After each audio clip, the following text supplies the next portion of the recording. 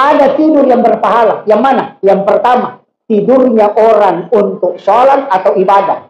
Yang kedua, tidurnya orang istirahat dari sholat untuk sholat. Yang ketiga, tidurnya orang menghindari dosa. Itu 3 tidur yang berpahala. Makanya kita butuh niat pada setiap ibadat. Imam Nawawi ad-Dimashqi dalam kitab hadis Arba'in meletakkan hadis tentang niat itu pada hadis pertama. Kenapa? Karena semua kunci ibadah ada pada niatnya. Bismillahirrahmanirrahim. Assalamualaikum warahmatullahi wabarakatuh. Alhamdulillah kita ketemu kembali di dalam channel Al-Haji Bugis, channel yang insya Allah akan selalu menampilkan ceramah-ceramah agama yang semoga bisa menjadi ilmu yang bermanfaat dan barokah untuk kita semua. Amin ya rabbal alamin. Salawat serta salam selalu kita curahkan atas junjungan baginda Rasulullah Sayyidina Muhammad SAW. Semoga kita semua termasuk dalam golongan orang-orang yang insya Allah mendapatkan syafaatnya kelak di yaumil akhir. Allahumma sholli ala Sayyidina Muhammad wa ala ali Sayyidina Muhammad. Masih seperti biasa dalam mencari keberkahan dan ridho Allah Subhanahu wa taala di dunia wal akhirat. Marilah kita bersama-sama menyaksikan satu koleksi video ceramah yang insya Allah penuh hikmah dari guru kita Ustaz Muhammad Yusuf SOSI MA. Tapi sebelumnya, sebelum kita menyaksikan video tersebut, marilah kita bersama-sama mengirimkan pahala suratul Fatihah kita kepada guru kita Ustaz Muhammad Yusuf, agar semoga beliau selalu diberi kesehatan, keselamatan, rezeki yang lapang, dan semoga kita semua mendapatkan keberkahan dari ilmu yang insya Allah disampaikan oleh guru kita Ustaz Muhammad Yusuf. Ibarakatil Fatihah. Bismillahirrahmanirrahim. Alhamdulillahirabbil alamin. Arrahmanirrahim. Maliki yaumiddin. Iyyaka na'budu wa iyyaka nasta'in. Ihdinas siratal mustaqim. Siratal ladzina an'amta 'alaihim ghairil maghdubi 'alaihim waladdallin. Amin. Amin ya rabbal alamin. Saya harap teman-teman semua menyaksikan video ini sampai akhir agar tidak ada kesalahpahaman di dalam menimba ilmu. Dan sambil menyaksikan, marilah kita melantunkan zikir dan selawat di dalam hati agar supaya apa yang kita lakukan hari ini insya Allah mendapat keberkahan oleh Allah Subhanahu wa taala. Langsung saja kita saksikan bersama-sama. Bismillahirrahmanirrahim. Assalamualaikum warahmatullahi wabarakatuh. Waalaikumsalam warahmatullahi wabarakatuh. Alhamdulillah rabbil alamin. Wassalatu wassalamu ala ashrafil anbiya wal mursalin sayyidina wa maulana wa habibina wa syafi'ina wa ala alihi wa ashabihi wa sahabatihi ajma'in.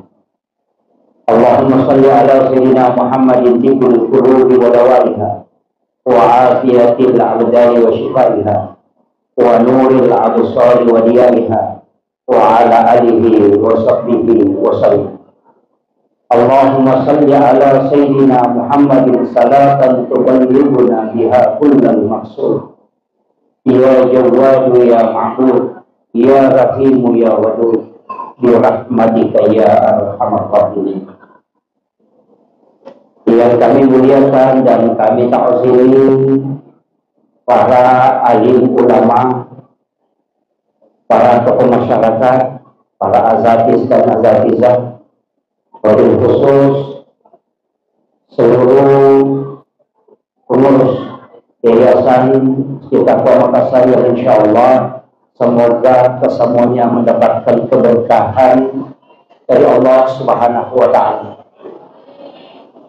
Yang kami muliakan Bapak yang mewakili Bapak Camat, Bapak yang mewakili Bapak Kapolsek Pajo, beserta seluruh pejabat pemerintah yang sempat hadir, ibu-ibu muslimat kita kuat dan seluruh anak-anak sekalian, seluruh jamaah dan tamu undangan yang kesemuanya semoga dirahmati dan dimuliakan oleh Allah Subhanahu wa taala.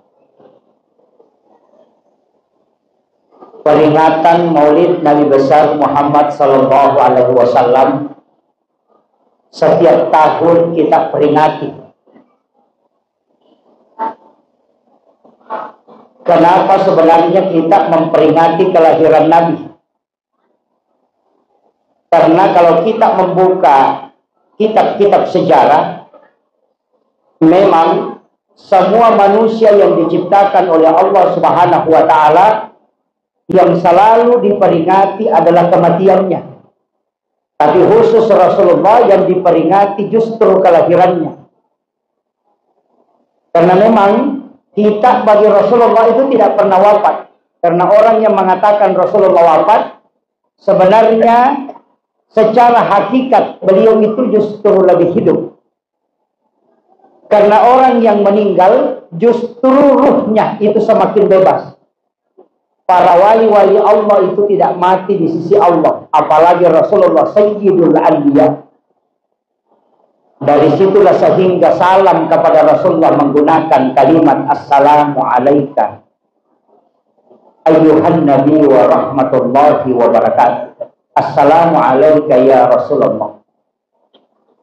Masjid ini sebenarnya adalah masjid yang memiliki sejarah yang sangat luar biasa.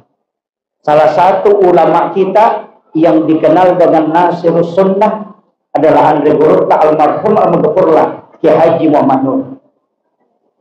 Beliau adalah salah satu waliullah, dan itu dikenal bukan hanya di Sulawesi Selatan, tapi seluruh Indonesia, bahkan di Mekah. Tapi saya ingin sampaikan bahwa beliau itu menjadi seorang waliullah, kekasih Allah, bukan karena ilmu fikih saja, tapi karena keluasan ilmu beliau menggabungkan ilmu tasawuf, ilmu fikih, dan ilmu tauhid. Nah, saat sekarang ini agama kita mulai dikotak-kotakkan.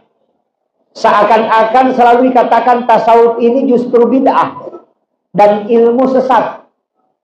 Padahal ilmu agama tanpa tasawuf itu fatal, Pak.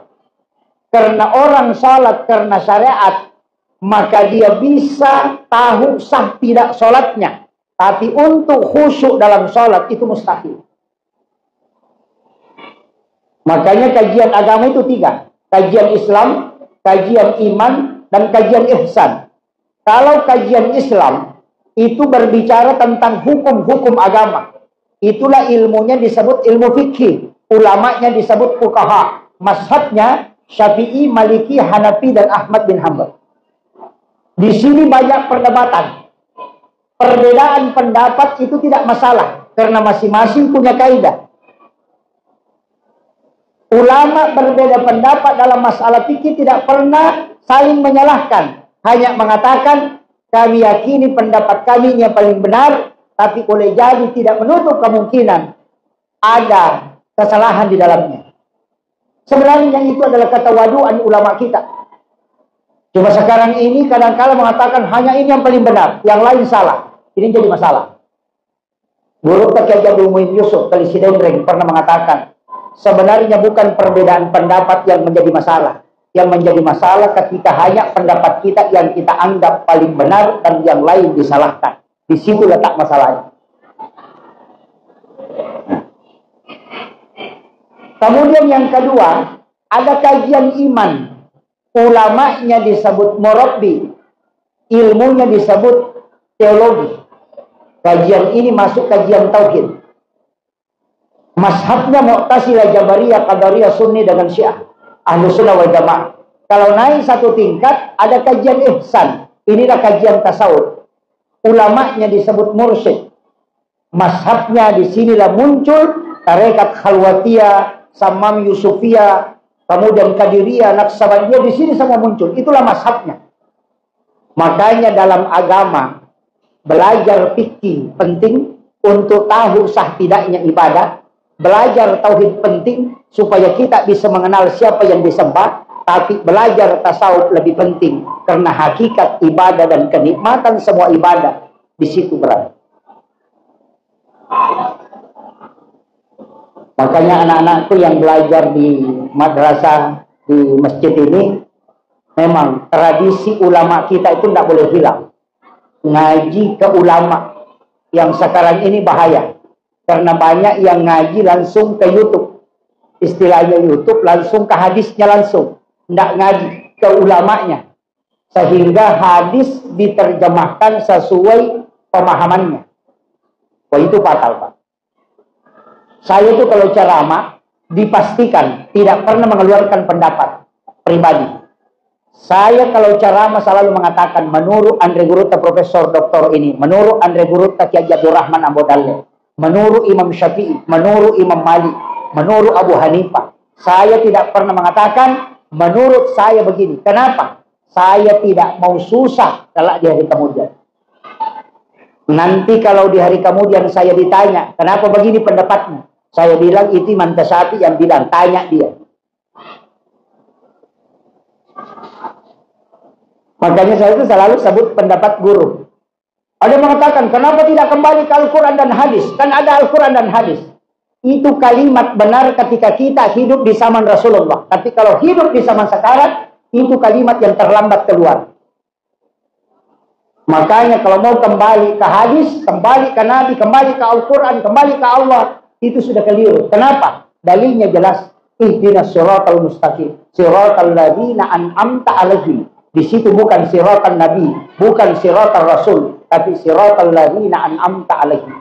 Jalannya orang-orang yang kau beri nikmat, bukan jalannya para rasul. Itulah yang kita ikuti. Siapa yang diberi nikmat? Nikmat karamah, nikmat kewalian, nikmat ilmu. Itulah guru-guru kita yang mulia, termasuk guru Kiai Haji Muhammad Nur. Maka jangan lepaskan amalan-amalan dan ajaran-ajaran beliau. Itu harus digenggam. Yang fatal kalau yang pengikut-pengikut kita, ulama kita ini yang tergerus ini bahaya. Makanya saya itu biasa dibilangin penceramah tidak ada dalilnya. Karena selalu pakai dalil ulama.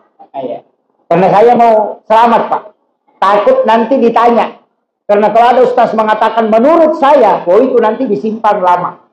Karena baru mau diadili. Kalau saya ditanya langsung bilang, tanya dia. Karena kenapa? Pendapatnya Imam Syafi'i yang saya pakai. Dan kapasitas ilmu untuk berfatwa itu saya belum masuk. Makanya ada tulisan tadi di masjid itu Kiai Haji, saya bilang ini pemborosan. Dan ini dosa besar. Saya bukan kiai, ustaz saja itu berat. Cuma kalau di Bugis itu pakai istilah gurutta, itu juga sudah berat, Pak. Kalau bilang Andre Gurutta itu sebenarnya sudah kiai. Makanya saya dikasih gelar kiai itu fatal itu, Pak. Karena kiai itu minimal hafal 600.000 hadis Nabi. Memahami Al-Quran dan juga minimal dia harus mengetahui 9 ilmu. Bahasa Arab, mulai dari nahwu, syarat, balaghah, ma'ani dia harus kuasai. Fikih, usul fikih, hadis, ulumul hadis. Harus dia kuasai itu. Kalau tidak, jangan panggil dia kiai.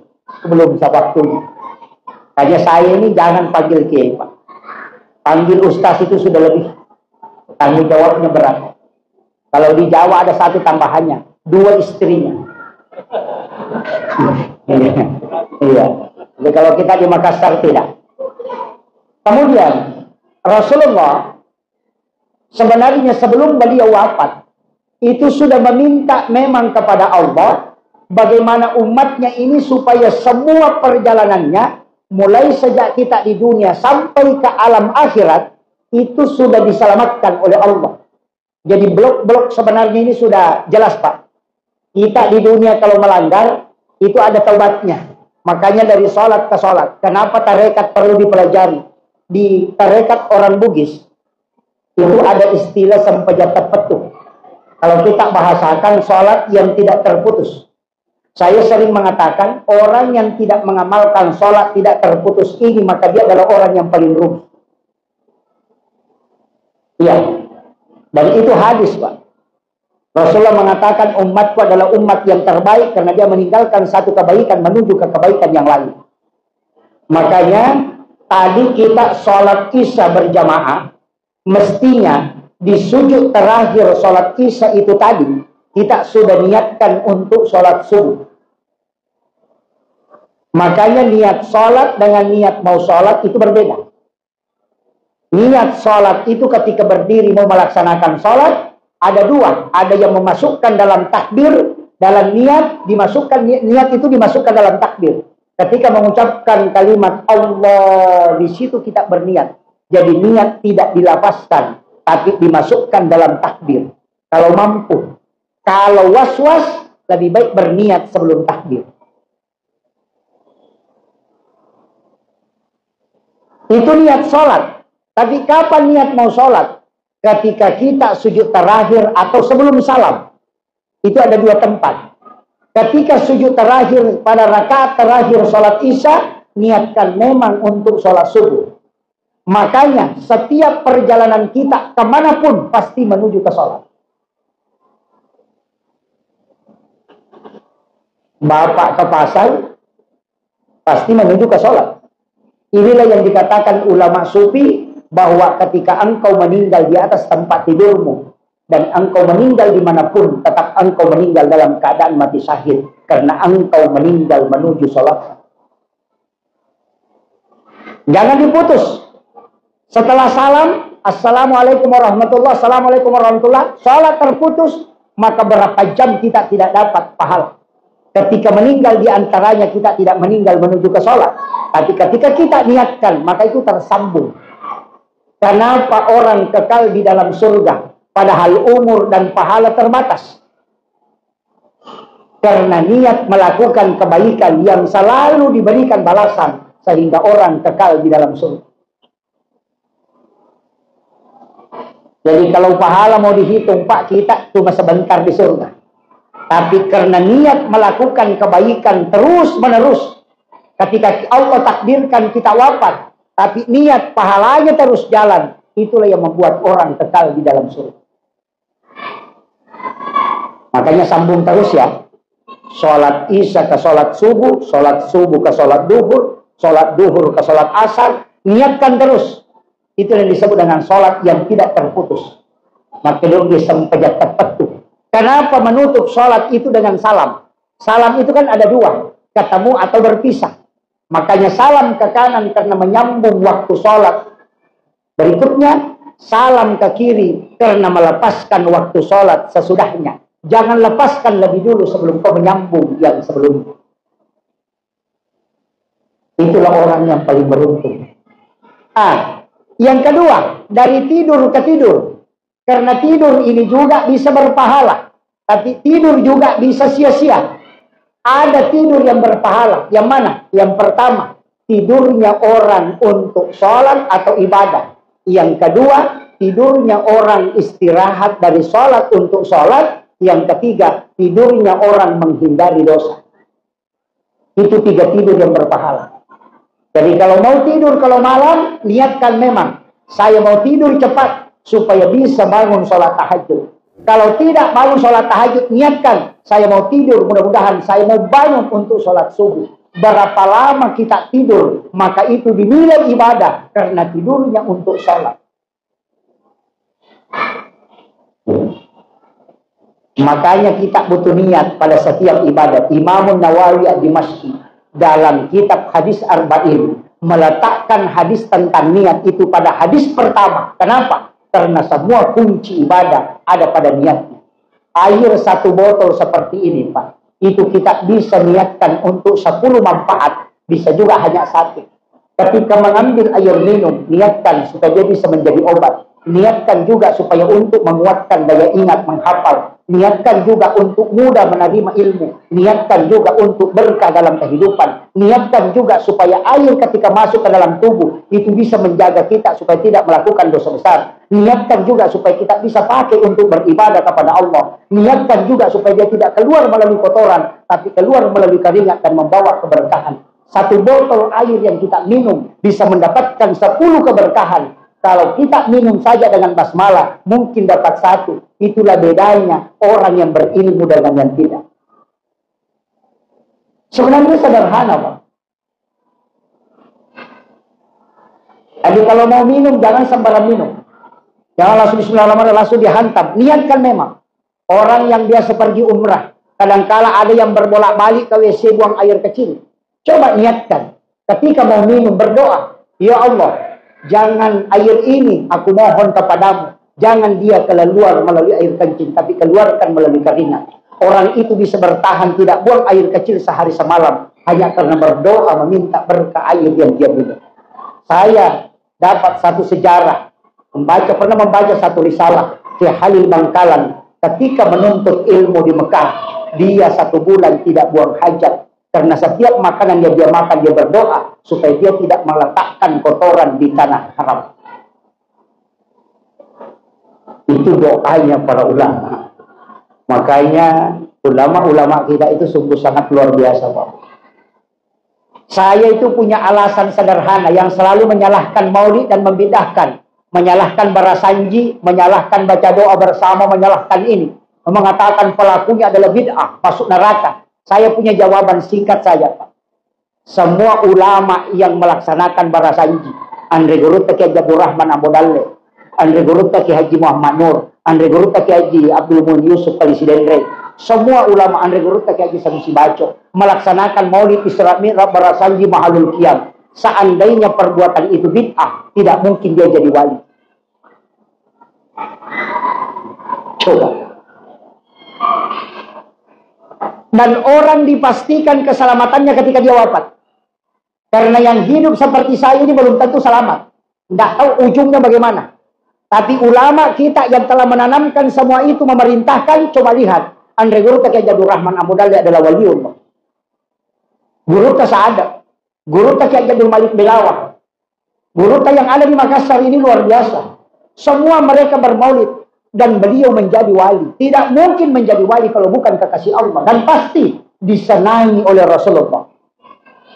Tapi coba balik. Yang tidak bermaulid. Yang selalu membidahkan. Adakah ulamanya yang jadi wali? Coba cari. Makanya saya balik pertanyaan. Mau ikuti yang jelas atau yang tidak jelas? Gampang aja, Pak. Karena agama ini kan punya. Bisa kita melihat siapa yang selamat, siapa yang tidak. Akhirnya saja sudah bisa dilihat. Karamahnya Gorotta. Itu muncul. Kenapa dinampakkan? Supaya kita tahu bahwa ini benar orang soleh. Kan itu. Kalau songkok dengan surban Pak banyak dijual. Tapi karamah tidak bisa berbohong. Maka orang yang anti dengan itu pasti tidak mau terima karamah. Kenapa? Karena semua pendapatnya pasti dibantah ketika orang pakai karamah. Coba. Makanya saya itu kalau kenapa masuk NU, saya bilang NU itu adalah organisasi yang saya anggap aman, Pak. Kenapa? Di NU itu tidak hadir pengajian tetap didoakan. Iya, Allahumma ghafiril muslimin wal muslimat wal mu'minin wal mu'minat al ahya'i minhum wal amwat. Tidak hadir saja didoakan. Apalagi dikirimi Fatihah. Iya, makanya NU itu selalu tawassul. Kirim Fatihah ke gurunya, kirim Fatihah ke jamaah. Bapak Ibu tidak hadir. Kalau sudah masuk di NU, insya Allah sudah didoakan. Makanya kalau pengajiannya NU itu jarang ramai. Karena dia tidak datang didoakan. Tapi biasanya yang lain kalau tidak datang tidak didoakan. Itu makanya jangan khawatir. Kita itu punya sanad ulama kita itu luar biasa, Pak. Ilmunya itu bersambung terus. Guru Taki Muhammad Nur ini belajar di Mekah, mengambil silsilah tarekatnya dari sana, mursyidnya dari sana, ke sini kemudian mengajarkan, murid-muridnya kita lihat, luar biasa. Maka itu adalah aset kita. Jangan sampai ini hilang.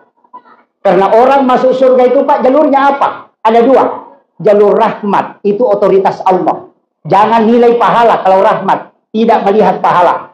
Makanya ada WTS, wanita WTS yang memberi minum kepada anjing yang kehausan, itu Allah masukkan ke dalam surga. Bukan lihat pahalanya, tapi itu karena Allah memberi rahmat, karena dia menyelamatkan nyawa. Bagi teman-teman yang baru bergabung di channel ini, selamat bergabung. Jangan lupa subscribe agar kita mendapat info bila ada video terbaru dari kami. Yang sudah subscribe, terima kasih banyak. Semoga Allah Subhanahu wa Ta'ala membalas kebaikan teman-teman semua dengan rezeki dan pahala yang melimpah. Jangan lupa like dan bagikan video ini kepada orang-orang di sekitar kita dan di media sosial kita, agar ilmu yang insya Allah terdapat di dalam video ini bisa bermanfaat bagi orang-orang yang menyaksikannya. Dan semoga kita bisa mendapat amal jariah dari kebaikan yang telah kita bagikan. Jangan lihat pahala, itu otoritasnya Allah. Makanya banyak sekarang ini, Pak, langsung memponis orang, masuk neraka, masuk neraka. Saya bilang ini mendahului orang, mendahului Allah. Dan yang paling fatal, dia menggunakan hadis Nabi untuk menjauhkan umatnya dari Rasulullah. Sekarang muncul hadis-hadis Nabi dipakai menjauhkan. Orang tahlilan masuk neraka. Masa orang kafir 100 tahun baca la ilaha illallah berhenti kafir. Tapi orang Islam baca la ilaha illallah jadi kafir. Coba, masuk akal tidak? Orang kafir 30 tahun baca la ilaha illallah jadi Islam. Masa orang Islam baca la ilaha illallah jadi kafir? Coba pikirkan.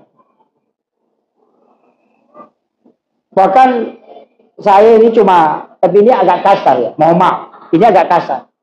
Sebenarnya orang yang menyalahkan ulama kita ini, itu sama dengan orang yang pergi nonton bola, 10 orang. Kemudian ada 1 orang ke Pak Polisi, kasih tahu Pak Polisi, Pak Polisi, teman saya hilang. Pak Polisi tanya, berapa temanmu yang hilang? Nah bilang 9. Bilang, berapa orang kau memang? Nah bilang 10. Nah bilang Pak Polisi, bukan dia yang hilang, kau yang hilang. Tapi karena dia yang melapor, makanya dia bilang orang yang hilang. Padahal dia yang hilang, karena orang 9 orang, dia sendiri. Ini sama dengan orang yang selalu menyalahkan kita ini. Dia yang salah, nah kita yang salahkan. Coba.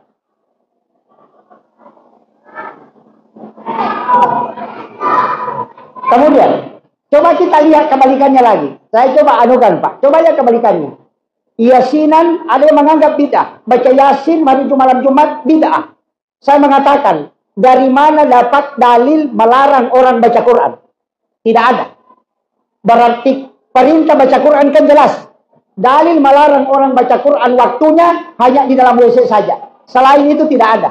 Tapi dia berani mengatakan orang yang baca Yasin di malam Jumat adalah bid'ah, masuk neraka. Berarti dia yang membuat bid'ah. Karena Nabi tidak pernah melarang, tapi dia melarang.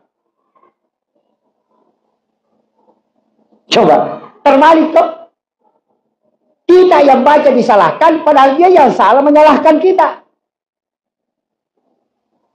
Karena Nabi tidak pernah melarang, justru dia larang. Nah, larangan dalam agama harus ada dalil mutlak. Selama tidak ada, tidak boleh. Makanya ketemu nanti Pak. Orang yang bermaulid karena mencari amal-amal untuk supaya bisa masuk surga, supaya banyak amalnya. Nah, bisa masuk surga. Orang yang tidak maulid takut melakukan sesuatu karena takut masuk neraka. 2 ya. Yang bermaulid berusaha mengumpulkan pahala banyak supaya bisa masuk surga. Yang tidak maulid takut melakukan sesuatu yang tidak pernah diperintahkan langsung oleh Nabi karena takut masuk neraka. 1 takut masuk neraka, 1 mau masuk surga. Maka insya Allah ketemu nanti. Jelas, itu aja. Kemudian ibadah tadi saya mengatakan sambung ya, tidur. Jadi kalau sudah sholat tahajud, kemudian kelelahan, kita mengatakan saya mau tidur dulu supaya untuk menunggu waktu sholat subuh. Itu juga tidur berpahala. Karena tidur mengistirahatkan diri dari ibadah untuk ibadah. Nah, sama jika kalau orang mau tidur malam tadi, saya mau bangun sholat tahajud, saya mau bangun sholat subuh. Kalau 10 jam dia tidur atau 5 jam dia tidur, maka 5 jam dihitung beribadah di hadapan Allah. Karena tidurnya untuk sholat. Tadi kalau dia tidur, dia bilang mau tidur cepat supaya bangun nonton sepak bola. Itu juga dia dapat. Makanya kunci ibadah ada pada niatnya. Iya. Kemudian puasa, sujud terakhir, sholat tarawih terakhir. Niatkan memang untuk tarawih tahun depan. Itu sudah jalan pahalanya. Ketika kita niatkan untuk berzakat tahun depan pada saat kita berzakat, itu pahalanya sudah jalan. Jadi setiap kebaikan-kebaikan harus disambung terus. Supaya kita meninggal selalu berada dalam kebaikan. Itulah umatnya Rasulullah, umat yang terbaik. Kenapa? Karena tidak terlepas dari kebaikan-kebaikan. Karena dia cukup niatkan, itu sudah nyambung terus. Jangan sampai kita lalai di sini. Umur kita tidak banyak Pak. Antara 60-70 tahun. Kalau 60 tahun, umur berapa tahun kita tidur? Jam 9 malam sampai jam 3 subuh. Itu sudah 6 jam. Kalau siang tidur jam 1 sampai jam 3. Berarti sudah 8 jam. Kalau kita tidur 8 jam. Nah umur 60 tahun. Berarti kurang lebih 20 tahun kita tidur. Ini baru tidur. Sholat berapa lama? Sholat duhur 5 menit, asar 5 menit, maghrib 5 menit, isya 5 menit, subuh 5 menit. 5 kali 5, 25. Tidak cukup setengah jam. Kalau kita hanya sholat yang dihitung 25 menit, baru kita gosip setengah jam, sudah bangkrut 5 menit. Atau ngegosip 1 jam, bangkrut itu 45 menit. Makanya, sambung terus niat itu. Kenapa setiap mau tinggalkan rumah? Semua mau berwudu, dari wudu ke wudu, niatkan memang. Itu penting, Pak. Puasa ke puasa, niatkan. Kalau puasa Senin Kamis, niatkan.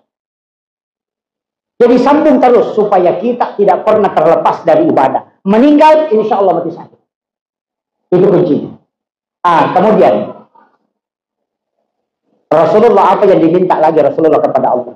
Ya Rabb, adakah jaminan langsung dari engkau untuk umatku? Karena umatku kau jamin dengan rahmatmu. Tapi aku mohon kepadamu ya Rabb, berikan jaminan yang pasti darimu. Maka Allah menurunkan satu doa. Siapa yang membacanya, kata Rasulullah, maka ketika dia baca 1 kali di malam hari, kemudian dia meninggal pada malam itu, dipastikan dia ahli surga. Ketika dia meninggal pada siang harinya dan dia membaca 1 kali di siang hari, maka dia penghuni surga. Allah yang menjadi jaminannya.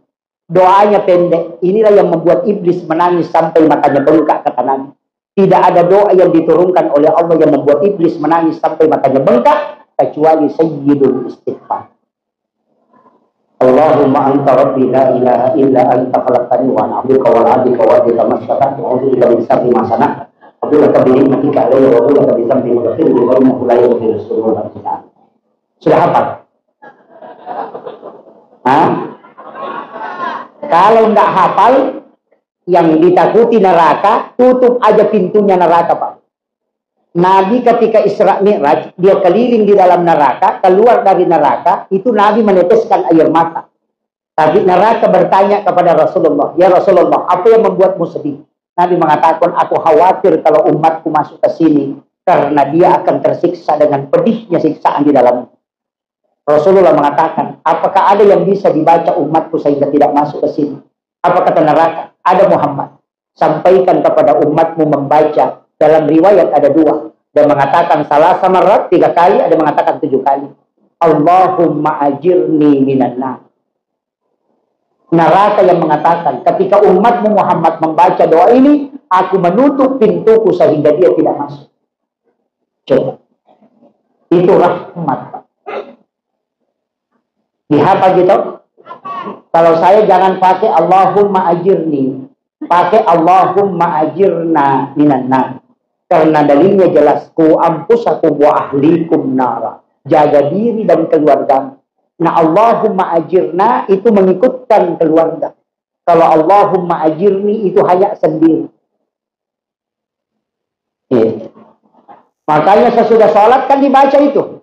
Sesudah assalamualaikum warahmatullahi, assalamualaikum warahmatullahi, kita istighfar dulu. Astagfirullahaladzim. Ada yang sempurnakan. Astagfirullahaladzim alladzi la ilaha illa huwal hayyul qayyum wa atubu ilaih. Berapa kali?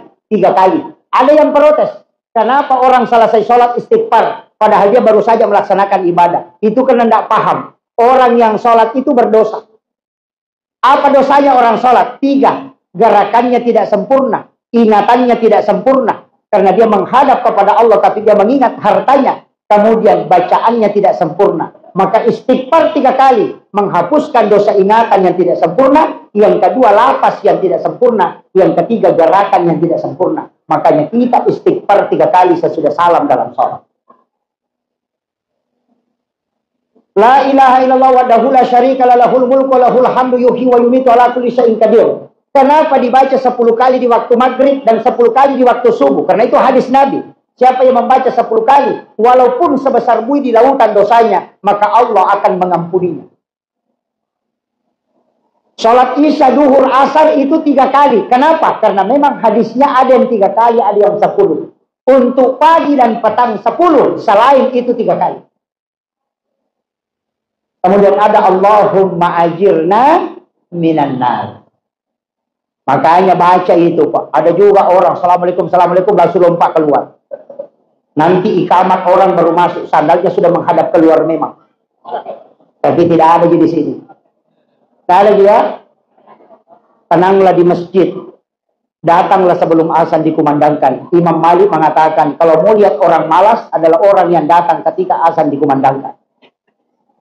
Jadi, orang yang datang setelah azan dikumandangkan, maka itu orang malas. Karena nanti datang kalau dipanggil. Ya kan? Ini Imam Malik yang bilang. Jadi, datang sebelum dipanggil. Jadi, kalau ada orang azan baru datang, orang malas itu. Karena dipanggil baru datang. Ya. Tapi kalau dia datang sebelum dipanggil, itu orang rajin. Makanya cahayanya orang yang menunggu waktu itu dari kemudian seperti bulan purnama. Nah, ini penting. Tapi bagaimana Ustaz? Saya sholat di rumah. Wah, itu bagus. Tapi berwudu memang sebelum masuk waktu sholat, duduk di atas sajadah, kemudian berzikir sambil menunggu waktu azan. Itu istimewa, Pak. Bikin tempat sholat di rumah. Jangan musola lah, tapi mihrab. Ya, makanya tempatnya imam itu dikasih 2 lapis. Ada lapisan bawah, ada sajadahnya. Karena Nabi Zakaria membuatkan tempat sholat itu Maryam, itu 2 anak tangga. Maryam kan masih gadis, tapi gadis belia. Ada mengatakan umur antara 8 dan 9 tahun. Diambil Nabi Zakaria, karena dia tidak punya anak. Diambillah kemanakannya, dia bawa ke rumahnya. Dia buatkan kamar, bilik, di dalam biliknya dia buatkan tempat sholat. Itu yang disebut mihrab. Bukan musola, tapi tempat sholat pribadi. Tapi dia 2 anak tangga, makanya tempat sajadah imam itu 2 lapis. Kemudian dia kunci dari luar, dan yang pegang kuncinya Nabi Zakaria dengan istrinya. Jendela semua ditutup kunci mati, sehingga Maryam tidak bisa keluar. Hanya pintu itu dibuka ketika mau dibawakan makanan oleh Nabi Zakaria dengan istrinya. Maryam disimpan di dalam bilik, dalam kamar, tidak diizinkan keluar oleh Nabi Zakaria. Begitu caranya menjaga anak perempuan. Kalau kita dikasih kunci motor.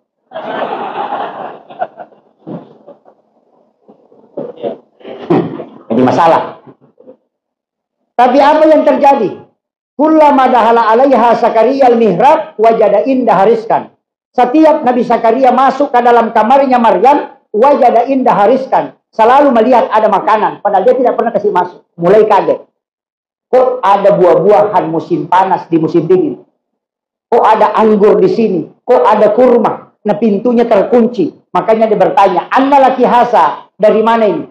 Apa jawabannya Maryam? "Huwa min indillah." Itu langsung dari Allah. Nabi Zakaria tidak percaya di awalnya. Karena dia mengatakan, "Kau bukan nabi, anak gadis belia perempuan, bukan nabi." Tapi kenapa langsung dikasih katanya makanan dari Allah? Tapi berhari-hari dia melihat, ternyata semakin hari semakin ada terus makanan. Maka dia bertanya, "Anna laki haza?" Maryam menjawab, "Wa min indillah. Allah yarzuqu man yasha bighairi hisab." Baru dia yakin bahwa kalau Allah yang mau kasih tidak melalui perantara. Makanya dia suruh keluar ke situ. Karena dia tidak punya anak, istrinya sudah berhenti haid. Tidak mungkin melahirkan kalau menurut ilmu kedokteran. Maka dia suruh keluar situ. Berarti tempatmu yang istimewa. Makanya datanglah Nabi Zakaria ke situ. Apa yang dia lakukan? Wa huwa qa'imun yusalli fil mihrab. Sementara berdiri sholat di dalam mihrab, dia berdoa, "Rabbi habli min ladunka dzurriyyatan thayyibatan innaka sami'ud du'a." Apa yang terjadi, Pak? Karena dia minta di dalam mihrab, langsung dijawab, "Allaha yubassiruka bi Yahya." Allah akan memberikan anak kepadamu yang bernama Yahya. Dia adalah seorang nabi yang soleh. Makanya 2 orang itu aneh, Pak. Nabi Isa lahir tanpa bapak dari Maryam tadi yang diambil oleh Nabi Zakaria. Kemudian Nabi Zakaria istrinya melahirkan Yahya dari wanita yang sudah tidak haid. 2 nabi ini ada di langit kedua. Itulah yang menjemput Nabi ketika Isra Mi'raj di langit kedua. Apa artinya itu? Sesuatu yang mustahil menurut manusia. Tapi ketika engkau sholat, itu tidak mustahil. Ini penting, Pak. Maka senjata yang paling ampuh dipakai untuk semua masalah adalah sholat. Itulah sehingga Rasulullah mengajarkan semua. Mau jalan, ada sholatnya. Sholat sunnah musafir. Ada dosa, ada sholatnya. Sholat sunnah taubat. Bingung memilih sesuatu, ada sholatnya. Sholat sunnah istihara. Punya hajat yang besar, ada sholatnya, sholat sunnah hajat. Kenapa ada sholatnya? Sholat sunnah musafir, padahal sudah ada doa musafir. Kenapa kita tidak berdoa? Karena kalau doa menunggu waktu untuk dilapor. Hari Rabu, hari Kamis, dengan hari Senin, malaikat melapor. Kalau kita berangkat hari Selasa, pulang hari Rabu, belum dilapor, kita sudah kembali. Kan begitu. Makanya sholat. Karena sholat yang komunikasi langsung, malaikat tidak urus. Urusan hamba dengan Tuhannya adalah sholat. Makanya satu-satunya ibadah yang tidak bisa dicampur itu cuma sholat. Orang puasa nonton TV, tidak batal puasanya. Tapi orang sholat nonton TV pasti batal. Iya. Orang haji itu makan, tidak batal hajinya. Tapi orang sholat makan pasti batal. Orang puasa bicara, tidak batal puasanya. Orang sholat bicara, pasti batal sholatnya. Kenapa? Karena satu-satunya ibadah yang tidak bisa dicampur itu cuma sholat. Karena dia komunikasi hamba dengan Tuhan, tidak melalui perantara hitungan malaikat. Makanya sungguh sangat keliru ketika ada orang hanya memanfaatkan doa di luar sholat.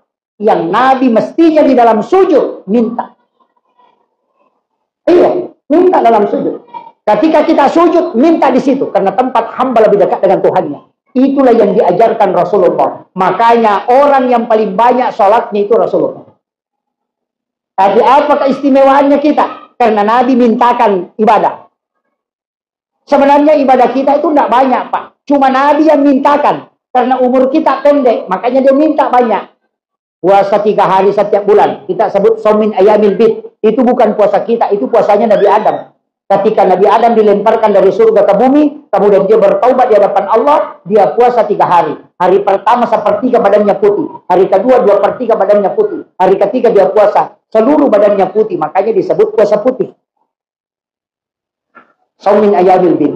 Itu puasa pertengahan bulan. Rasulullah mengatakan siapa yang puasa 3 hari dalam setiap bulannya, sama kalau dia puasa 1 bulan penuh. Itu bukan puasanya kita, puasanya Nabi Adam. Tapi itu diminta oleh Rasulullah supaya kita amalkan, supaya dapat barakahnya itu. Mana lagi puasanya Nabi Daud? Coba, puasa Daud hari ini puasa, besok batal. Batalkan, besoknya lagi puasa. Ada yang mampu, silahkan. Tidak mampu, ambil lagi Senin Kamis. Hari Senin, hari kelahiran Nabi. Hari Kamis adalah hari di store ibadah. Senin dan Kamis juga ibadah di store. Itu penting, Pak. Tapi mau ibadahnya langsung di store. Saya dapatkan dalam kitab Sunan Abu Dawud. Ada satu hadis Rasulullah. Siapa yang sholat 4 rakaat sebelum duhur, sesudah asar duhur, tidak ada tahiyat awal, langsung ambil 4 rakaat, 1 salam, maka sholat itu langsung dilapor oleh malaikat pada waktu itu. Tidak menunggu waktu. Sama di sholat sunnah duha, Pak. Siapa yang melakukan sholat sunnah duha di awal waktu, itu hadis marfu dari Anas bin Malik. Hadis marfu itu langsung disandarkan ke Nabi. Rasulullah mengatakan, siapa yang sholat sunnah duha di awal waktu, rakaat pertama dia membaca ayat kursi 10 kali, rakaat kedua membaca surah Al-Ikhlas 10 kali, maka orang itu pasti dirahmati oleh Allah Subhanahu wa ta'ala. Sudah pernah lakukan? Sholat sunnah duha di awal waktu. Pas masuk duha, kerjakan 2 rakaat. Jangan tambah setelah itu, pisahkan. Mungkin sekitar setengah jam, 1 jam baru lanjutkan sholat duhanya lagi. Itu sholat sunnah duha di awal waktu.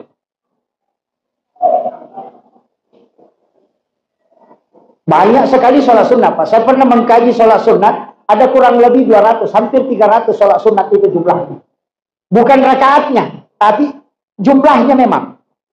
Ada sholat sunnah utaka, ada sholat sunnah mutlaka, ada sholat sunnah awabin, ada duha, ada sholat sunnah tahwini sakratil maut. Ini juga yang jarang orang lakukan. Sholat sunnah tahwini sakratil maut. Sholat sunnah supaya tidak berat dalam sakarat. Dilapangkan kubur dan dimudahkan melewati titian siratal mustaqim. Itu sholat sunnah dikerjakan pas selesai sholat maghrib di malam Jumat. 2 rakaat, tapi sholat sunnahnya maghrib. Setelah sholat maghrib, kerjakan 2 rakaat sholat sunnah tahwini sakratil maut. Itu hadisnya hasan. Apa surahnya? Rakaat pertama baca izazul 15 kali. Rakaat kedua, izazul juga dibaca 15 kali. Itu sholat sunnah tahlil di sakratil maut. Sudah pernah kerjakan? Belum juga. Ayo. Tapi satu sholat sunnah jangan tinggalkan, Pak Bu. Sholat sunnah apa? Kalau semua sholat sunnah tidak bisa dilakukan, satu saja, jangan tinggalkan. Sholat sunnah witir. Jangan tinggalkan witir. Walau hanya 1 rakaat. Karena satu-satunya sholat yang dijamin oleh Allah sebagai kekasihnya ketika dia kerjakan, orang kerjakan adalah sholat sunnah witir. Makanya orang yang berwitir sebelum tidur pasti tidak diganggu jin. Tidak bakalan. Kalau ada orang sering gangguan, suruh sholat witir baru tidur, tidak akan. Kemudian yang kedua, orang yang sholat witir sebelum tidur, pasti kalau dia bermimpi itu isyarat. Bukan bunga tidur. Saya dapat dari mursyid kami itu mengajarkan. Makanya orang yang sholat witir sebelum tidur ketika bermimpi, cari maknanya itu pasti ada. Dan jin tidak bisa ganggu orang yang berwitir sebelum tidur. Itu kuncinya. Makanya Nabi mengatakan berwitir, janganlah kalian tidak berwitir walau hanya salah 1 rakaat. Walau rakaatan, kata Nabi. Jangan tinggalkan witir, Pak. Apalagi ibu-ibu, jangan tinggalkan witir. Itu sholat sunat wali itu. Mau jadi kekasih Allah witir. Tapi jangan juga banyak dosa ya, Bu. Jangan banyak dosa ya, Bu. Janganlah. Media sosial sekarang bahaya sekali. Bayangkan kalau Facebook, 5.000 teman di Facebook, kita share berita bohong, maka 5.000 tempati bertanggung jawab. Bayangkan ya. Dengan 1 ketukan jadi telunjuk, itu bisa pertanggungjawabannya 5.000 orang. Belum lagi ketika orang lain share, maka kita juga dapat bagian dari situ. Hati-hati betul. Hati-hati. Kadang-kadang ibu-ibu kalau ada masalahnya langsung bikin status. Aku menyesal. Ternyata kau begitu. Seandainya aku tahu memang dari dulu tidak bakalan. Padahal 3 cucunya. Iya. Kalau ada masalah, jangan masukkan di Facebook. Ambil air wudhu, kemudian sujud, minta petunjuk kepada Allah. Itu solusi paling cepat. Kalau masuk di Facebook, tidak ada solusinya. Coba bikin status. Saya punya utang 300.000. Siapa sahabat FB yang bisa lunasi? Pasti hanya bilang, up. Tidak ada yang minta nomor rekening. Ya kan? Iya. Ada masalah, bikin status, pasti yang komen udah di bawah. Bila ternyata kau begitu, langsung komen di bawah, sabar saya. Ini ibu-ibu sekarang banyak sekali tahu persoalan. Nah, tahu masalahnya orang di Kalimantan. Si anu sakit giginya di Kalimantan. Si anu sakit perutnya di Jakarta. Si anu di Bone sakit lututnya. Padahal suaminya mencer, dia tidak tahu. Kenapa? Semua dilihat di siaran langsung di Facebook.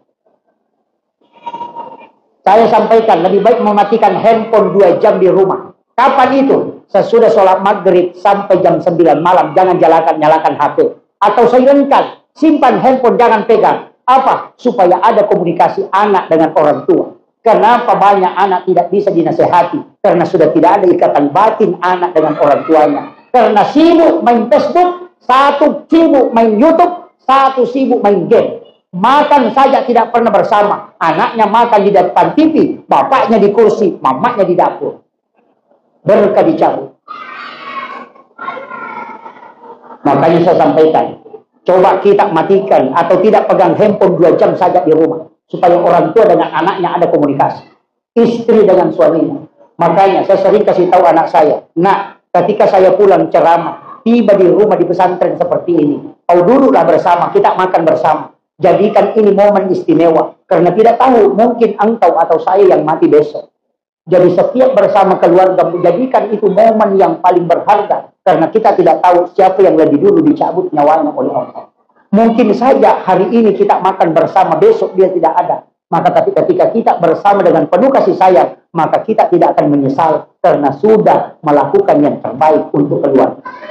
Kadang-kadang kita akan diberi nikmat lalai, istri tidak diperhatikan, suami tidak diperhatikan. Itu kan fatal. Anak-anak kita tidak diperhatikan. Ini sudah 1 jam saya ceramah. Oh ya, 50 menit.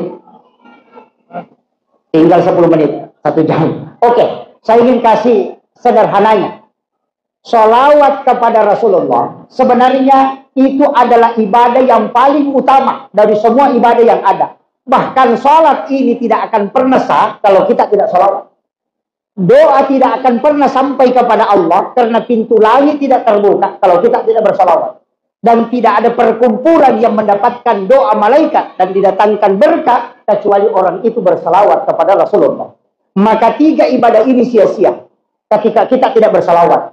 Apa inti dan hakikat salawat sebenarnya? Allahumma sholli.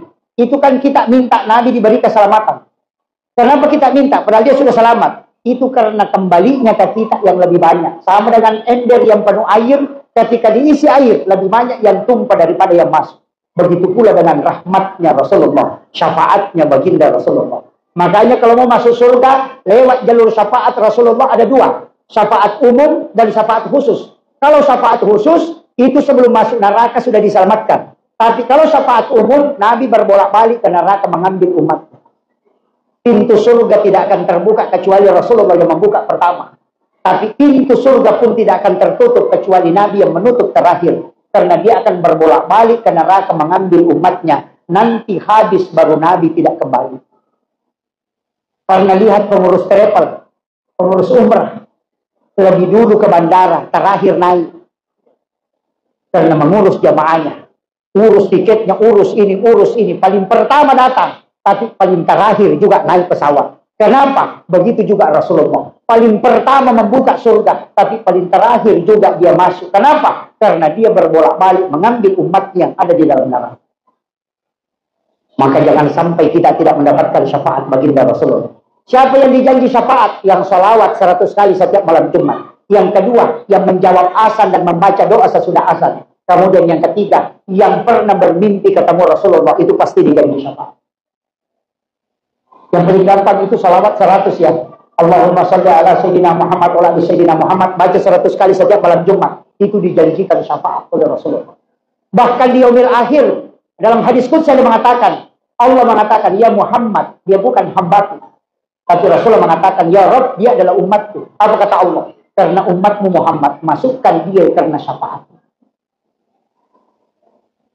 Kenapa bisa Nabi memberi syafaat? Itu ada 2 alasannya, Pak. Yang pertama, sholat tahajud baginya wajib. Makanya dia bisa memberi syafaat. Yang kedua, Nabi diberi otoritas ibadah. Ada ibadah sunnah yang disandarkan ke Nabi. Makanya pahala ibadah sunnah itu menjadi jalur syafaat kita untuk masuk ke dalam surga. Jangan anggap sepele yang sunnah. Makanya Nabi mengatakan, siapa yang ingin bersamaku di dalam surga, maka perbanyak sujudmu. Kenapa? Itu pasti sholat sunnah, bukan sholat fardu. Penutup dari semua sholawat, jangan pernah kurang 100 kali membaca sholawat dalam satu hari. Kalau sholawat yang biasa. Tapi kalau sholawat Jibril sallallahu ala Muhammad, jangan kurang 1000 dalam satu hari. Jangan kurang 1000. Ajak lalu nak kurang sisakbu salawat Jibril tak sallallahu ala Muhammad. Baca dulu. Inna Allah wa malaikatahu yusalluna ala nabi. Ya ayyuhalladzina amanu sallu alaihi wa sallimu taslima. Napa adere sallallahu nabi ta. Assalamu alayka ya Rasulullah. Assalamu alayka ya Habibullah. Assalamu alayka ya Ababal Ruh. Salami Rasulullah. Setelah itu baca sallallahu ala Muhammad 1000 kali. Bisa dibagi 200 sesudah subuh, 200 sesudah duhur, 200 sesudah asar. Dibagi saja, yang penting 1000. Tapi khusus malam Jumat jangan dibagi. Sesudah sholat isya, sholat sunnah hajat 2 rakaat, baca sholawat Jibril 1000 kali, baru kita berdoa. Jadi dikumpul, nanti malam Jumat baru dipakai berdoa. Kalau ada yang bangun rumah tidak mau selesai, suruh amalkan itu. Akan jalan itu. Ada urusan yang tidak mau selesai, suruh amalkan ini. Kalau masih tidak bisa, banyak sekali Ustaz. Cukup tangan kanan diletakkan di perut sebelah kiri. Ibu jari agak didorong sedikit naik ke atas. Baca surah Al-Insyirah 3 kali. Surah Al-Ikhlas 3 kali. Baru baca Rabbi shrah li sadri wa yassir li amri wahlul 'uqdatam min lisani yafqahu qawli. Rabbi yassir wa la tu'assir 3 kali. Semua urusan kita pasti dimudahkan oleh Allah. Dan anak-anak kita tidak ada yang sakit. Itu kuncinya. Kalau masih tidak bisa, cukup baca salawat Ibrahimiyah. 1 kali sebelum tidur, 1 kali di saat bangun tidur, dan 3 kali sebelum berdoa. Kalau Ibrahimiyah tahu ya, tahiyat akhir. Apa gunanya? Siapa yang membaca salat Ibrahimiyah 3 kali kemudian berdoa, itu pintu langit dibuka oleh Allah. Itulah salawat yang paling sempurna kata Rasulullah. Saya kira ini yang penting saya wasiatkan Bapak Ibu sekalian. Guru kak, saya nanti semua dengan anak saya di masjid. Pernah saya WA-ki itu sholat Jumat, sholat sunnah Jumat yang 200 surah Al-Ikhlas. Oh iya. Bisa tolong disampaikan. Oh iya. Ada yang minta ini untuk disampaikan. Sholat sunat yang 4 rakaat sebelum sholat Jumat, sholat sunat mutlak. Di kitabnya Imamul Ghazali itu ada, kitab Bidayatul Nihayah.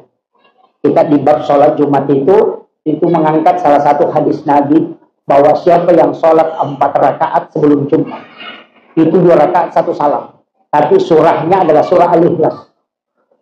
Siapa yang melakukan 4 rakaat sholat sebelum Jumat, maka dia tidak akan meninggal kecuali dia melihat tempatnya di surga. Itu sholat berat dilakukan Pak, karena surah Al-Ikhlas rakaat pertama, rakaat kedua juga surah Al-Ikhlas. Setelah salam berdiri lagi mengambil 2 rakaat. Rakaat pertama lagi surah Al-Ikhlas, rakaat keduanya lagi surah Al-Ikhlas yang sudah pakai. Tapi dibaca masing-masing 50 kali setiap 1 rakaat.